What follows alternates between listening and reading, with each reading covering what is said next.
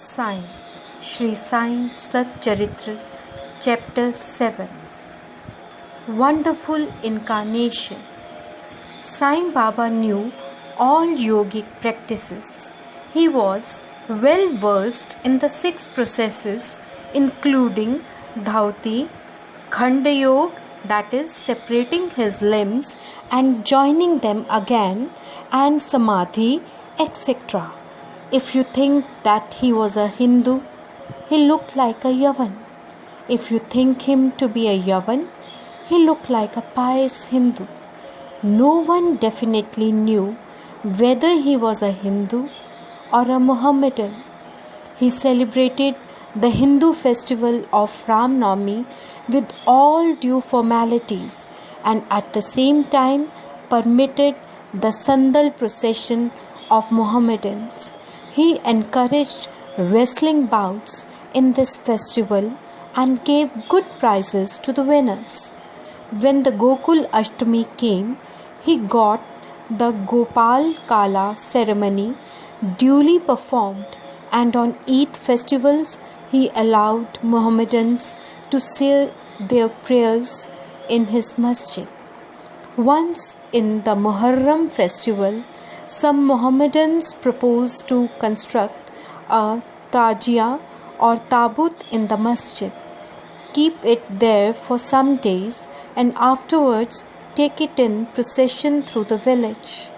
Sai Baba allowed the keeping of the tabut for 4 days, and on the 5th day removed it out of the masjid without the least compunction. If we say that he was a Mohammedan, his ears were pierced, that is, had holes according to Hindu fashion. If you think that he was a Hindu, he advocated the practice of circumcision, though according to Mr. Nana Sahib Chandorkar, who observed him closely, he was not himself circumcised. Wide article in Sai Leela on Baba Hindu Ki Yavan by B.V. Deo, page number 562. If you call him Hindu, he always lived in the masjid. If Mohammedan, he had always the dhuni, sacred fire there, and the following things which are contrary to Mohammedan religion, that is, grinding on the hand mill, blowing of the conch and bells, oblation in the fire, bhajan, giving of food, and worship of Baba's feet by means of argh were always allowed there. If you think that he was a Mohammedan, the best of Brahmins and Agnihotris, leaving aside their orthodox ways, fell prostrate at his feet. Those who went to make enquiries about his nationality were dumbfounded and were captured by his darshan. So none could definitely decide whether Sai Baba was a Hindu or Mohammedan. This is no wonder, for he who completely surrenders himself to the Lord by getting rid of his egoism and body consciousness thus becomes one with him and has nothing to do with any questions of caste or nationality. Such a one as Sai Baba was saw no difference between caste and even beings and beings. He took meat and fish with fakirs, but did not grumble when dogs touched the dish with their mouth. Such a unique and wonderful incarnation was Sai Baba. On account of the merits in my past birth, I had the good fortune to sit at his feet and enjoy his blessed company. The joy and delight I derived therefrom was incomparable. In fact, Sai Baba was pure Anand and consciousness. I cannot sufficiently describe him, his greatness and uniqueness. He who took delight at his feet was established in his own self. Many sannyasis, sadhaks, and all sorts of men aspiring for salvation came to Sai Baba. He always walked, talked, and laughed with them and always uttered with his tongue, Allah Malik. He never liked discussion or arguments. He was always calm and controlled, though irritable at times. Always preached full Vedanta, and nobody knew till the last who was Baba. Princes and poor people were treated alike by him. He knew the inmost secrets of all, and when he gave expression to them, all were surprised. He was the repository of all knowledge, still he feigned ignorance. He also disliked honor. Such were the characteristics of Sai Baba. Though he had a human body, his deeds testified to his godhood. All people considered him as the Lord God in Shirdi. Behavior of Sai Baba. Fool that I am, I cannot describe Baba's miracles. He got almost all the temples in the Shirdi repaired. Through Tatya Patil, the temples of Shani, Ganpati, Shankar Parvati, village deity and Maruti were put in order. His charity was also remarkable. The money he used to collect as dakshina was freely distributed, rupees 20 to some, rupees 15 or 50 to others every day.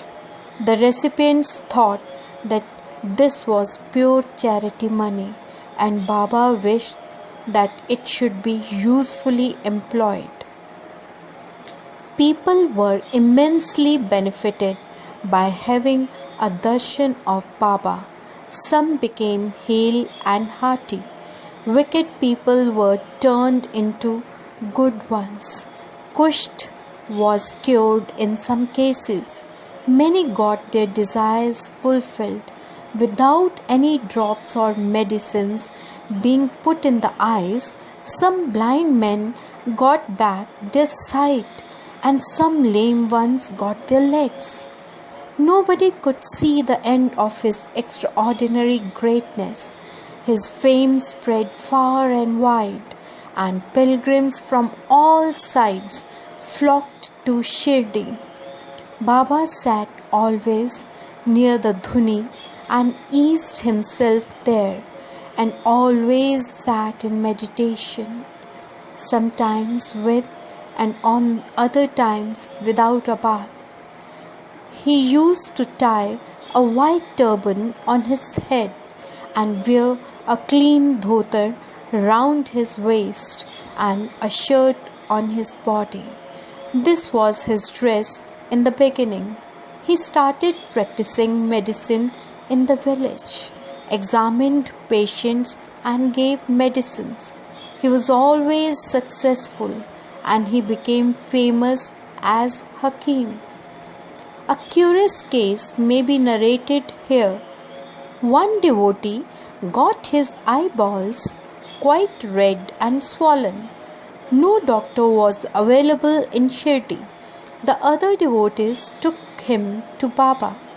Other doctors would use ointments, unguents, cow's milk, and camphorated drugs, etc. in such cases. Baba's remedy was quite unique. He pounded some biba, that is, marking nuts, and made 2 balls of them, thrust them on each eye of the patient, and wrapped a cloth bandage round them. Next day, the bandage was removed, and water was poured over them in a stream. The inflammation subsided, and the pupils became white and clear. Though the eyes are very delicate, the biba caused no smarting, but removed the disease of the eyes. Many such cases were cured, and this is only an instance in point. Baba's yoga practices. Baba knew all the processes and practices of yoga. Two of them will be described here. Dhauti or cleaning process. Baba went to the well near a banyan tree at a considerable distance from the masjid every third day and washed his mouth and had a bath. On one occasion, he was seen to vomit out his intestines, clean them inside and outside, and place them on a jam tree for drying. There are persons in Shirdi who have actually seen this and who have testified to this fact. Ordinarily, dhauti is done by a moistened piece of linen 3-inch broad and 22.5 feet long. This piece is gulped down the throat and allowed to remain in the stomach for about half an hour for being reacted there and then taken out. But Baba's dhauti was quite unique and extraordinary. Khand Yoga. In this practice, Baba extracted the various limbs from his body and left them separately at different places in the masjid. Once a gentleman went to the masjid and saw the limbs of Baba lying separately at separate places. He was much terrified, and he first thought of running to the village officers and informing them of Baba being hacked to pieces and murdered. He thought that he would be held responsible as he was the first informant and knew something of the affair, so he kept silent. But next day, when he went to the masjid, he was very much surprised to see Baba hale and hearty and sound as before. He thought that what he had seen the previous day was only a dream. Baba practiced yoga since his infancy, and nobody knew or guessed the proficiency he attained. He charged no fees for his cures, became renowned and famous by virtue of his merits, gave health to many a poor and suffering person. This famous doctor of doctors cared not for his interests, but always worked for the good and welfare of others, himself suffering unbearable and terrible pain many a time in the process. One such instance I give below, which will show the all-pervasive and most merciful character of Sai Baba. Baba's all-pervasiveness and mercy. In the year 1910 AD, Baba was sitting near the Dhuni on Diwali holiday and warming himself. He was pushing firewood into the Dhuni, which was brightly burning. A little later, instead of pushing logs of woods, Baba pushed his arm into the Dhuni. The arm was scorched and burnt immediately. This was noticed by the servant Madhav and also by Madhav Rao Deshpande. They at once ran to Baba, and Madhav Rao clasped Baba by his waist from behind and dragged him forcibly backward and asked, "Deva, for what have you done this?"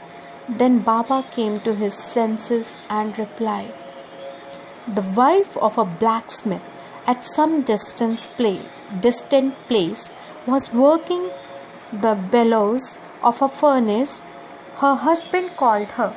Forgetting that her child was on her waist, she ran hastily and the child slipped into the furnace.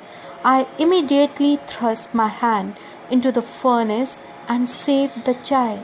I do not mind my arm being burned, but I am glad that the life of the child is saved. Leper Devotees Service.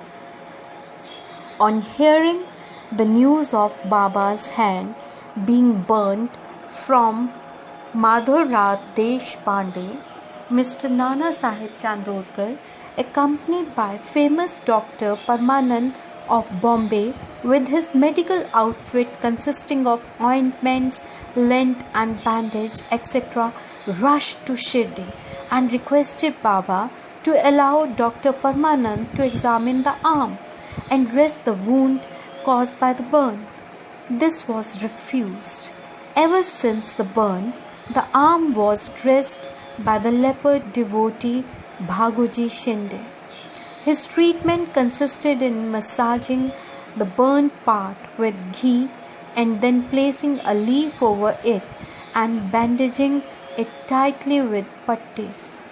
Mr. Nana Sahib Chandorkar solicited Baba many a time to unfasten the pattis and get the wound examined and dressed and treated by Dr. Parmanand with the object that it may be speedily healed. Dr. Parmanand himself made similar requests, but Baba postponed, saying that Allah was his doctor and did not allow his arm to be examined. Dr. Parmanand's medicines were not exposed to the air of Shirdi as they remained intact, but he had the good fortune of getting the darshan of Baba. Bhagoji was allowed to treat the hand daily. After some days, the arm healed and all were happy. Still, we do not know whether any trace of pain was left or not. Every morning, Bhagoji went through his program of loosening the pattis, massaging the arm with ghee and tightly bandaging it again. This went on till Sai Baba's Samadhi.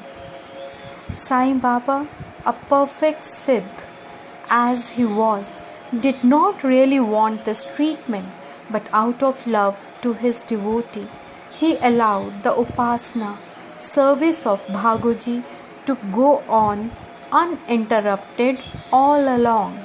When Baba started for Lendi, Bhagoji held an umbrella over him and accompanied him. Every morning when Baba sat near the post close to the dhuni, Bhagoji was present and started his service. Bhagoji was a sinner in his past birth. He was suffering from leprosy, his fingers had shrunk, his body was full of pus and smelling badly. Though outwardly he seemed so unfortunate, he was really very lucky and happy, for he was the premier servant of Baba and got the benefit of his company. Master Khapre's plague case. I shall now relate another instance of Baba's wonderful Leela. Mrs. Khapre, the wife of Mr. Dada Sahib Khapre of Amravati, was staying at Shirdi with her younger son for some days. One day the son got high fever, which further developed into plague. The mother was frightened and felt most uneasy. She thought of leaving the place for Amravati and went near Baba in the evening when he was coming near the Wada, in his evening rounds, for asking his permission. She informed him in a trembling tone that her dear son was down with plague. Baba spoke kindly and softly to her, saying that the sky is beset with clouds, but they will melt and pass off, and everything will be smooth and clear. So saying, he lifted up his kafni up to the waist and showed to all present 4 fully developed buboes as big as eggs, and added, "See how I have to suffer for my devotees. The difficulties are mine." Seeing this unique and extraordinary deed, the people were convinced as to how the saints suffer pains for their devotees. The mind of the saints is softer than wax. It is soft in and out as butter. They love their devotees without any idea of gain and regard them as their true relatives. Going to Pandharpur and staying there. I shall now close this chapter after relating a story illustrating how Sai Baba loved his devotees and anticipated their wishes and movements. Mr. Nana Sahib Chandorkar, who was a great devotee of Baba, was Mamaldar at Nandurbar in Khandesh. He got an order of transfer to Pandharpur. His devotion to Sai Baba bore fruit, as he got an order to go and stay at Pandharpur, which is regarded as Bhuvai Kuntha, heaven on earth.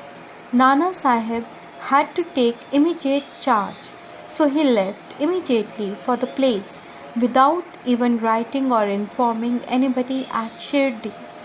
He wanted to give a surprise visit to Shirdi, his Pandharpur, see and salute his Vithoba, that is Baba, and then proceed. Nobody dreamt of Nana Sahib's departure for Shirdi, but Sai Baba knew all about this, as his eyes were everywhere. As soon as Nana Sahib approached Neemgaon, a few miles from Shirdi, there was stir in the masjid at Shirdi. Baba was sitting and talking with Mahal Sapati, Appa Shinde and Kashiram, when he at once said, "Let us all four do some bhajan.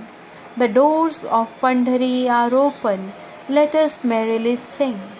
Then they began to sing in chorus, the burden of the song being, "I have to go to Pandharpur and I have to stay on there, for it is the house of my Lord." Baba sang and devotees followed him. In a short time, Nana Sahib came there with his family, prostrated before Baba and requested him to accompany them to Pandharpur and stay with them there. This solicitation was not necessary, as the devotees told Nana Sahib that Baba was already in the mood of going to Pandharpur and staying there. Hearing this, Nana Sahib was moved and fell at Baba's feet. Then, getting Baba's permission, Udi and blessings, Nana Sahib left for Pandharpur. There is no end to Baba's stories, but let me now make a halt here, reserving for the next chapter other topics such as importance of human life, Baba's living on alms, Baijabai's service and other stories. Bow to Sri Sai. Peace be to all. Om Sai Ram. Om Sai. Sri Sai Sat Charitra, Chapter 7. Wonderful Incarnation. Sai Baba knew all yogic practices. He was well versed in the 6 processes, including Dhauti, Khanda Yoga, that is separating his limbs and joining them again, and Samadhi, etc. If you think that he was a Hindu, he looked like a Yavan.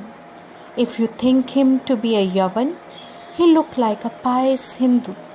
No one definitely knew whether he was a Hindu or a Mohammedan. He celebrated the Hindu festival of Ram Navami with all due formalities and at the same time permitted the Sandal procession of Mohammedans. He encouraged wrestling.